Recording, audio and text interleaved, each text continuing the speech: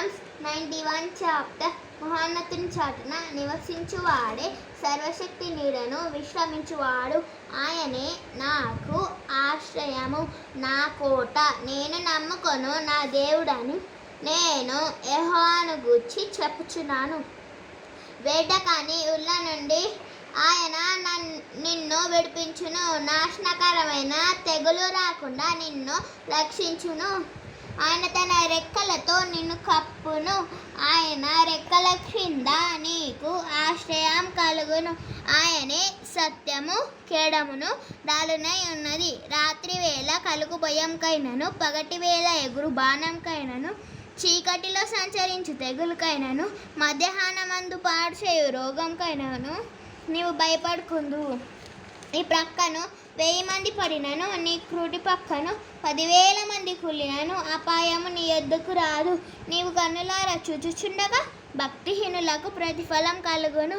యెహోవా నీవే నా ఆశ్రయము అని నీవు మహోన్నతుడైన దేవుని నీకు నివాస స్థలముగా చేసుకొని ఉన్నావు. నీకు అపాయమేమియూ రాదు, ఏ తెగులునో నీ గుడారమును సమీపించదు. నీ మార్గం అన్నిటిలో నిన్ను కాపాడుటకు ఆయన నిన్ను గూర్చి తన దూతలను ఆజ్ఞాపించును. నీ పాదములకు రాయి తగలకుండా వారు నిన్ను తమ చేతుల మీద ఎట్టి పట్టుకుందురు. నువ్వు సింహములను నాగుపాములను త్రొక్కెదవు, పొదమ సింహములను భుజంగములను అణగద్రొక్కెదవు. అతడు నన్ను ప్రేమించుచున్నాడు గనుక నేను అతన్ని తప్పించెదను. అతడు నా నామం నెరిగినవాడు గనుక నేను అతన్ని ఘనపరచెదను. అతడు నాకు మొరపెట్టగా నేను అతనిని ఉత్తరం ఇచ్చెదను. శ్రమలో నేను అతనికి తోడై ఉండెదను. అతన్ని విడిపించి అతన్ని గొప్ప చేసేదను.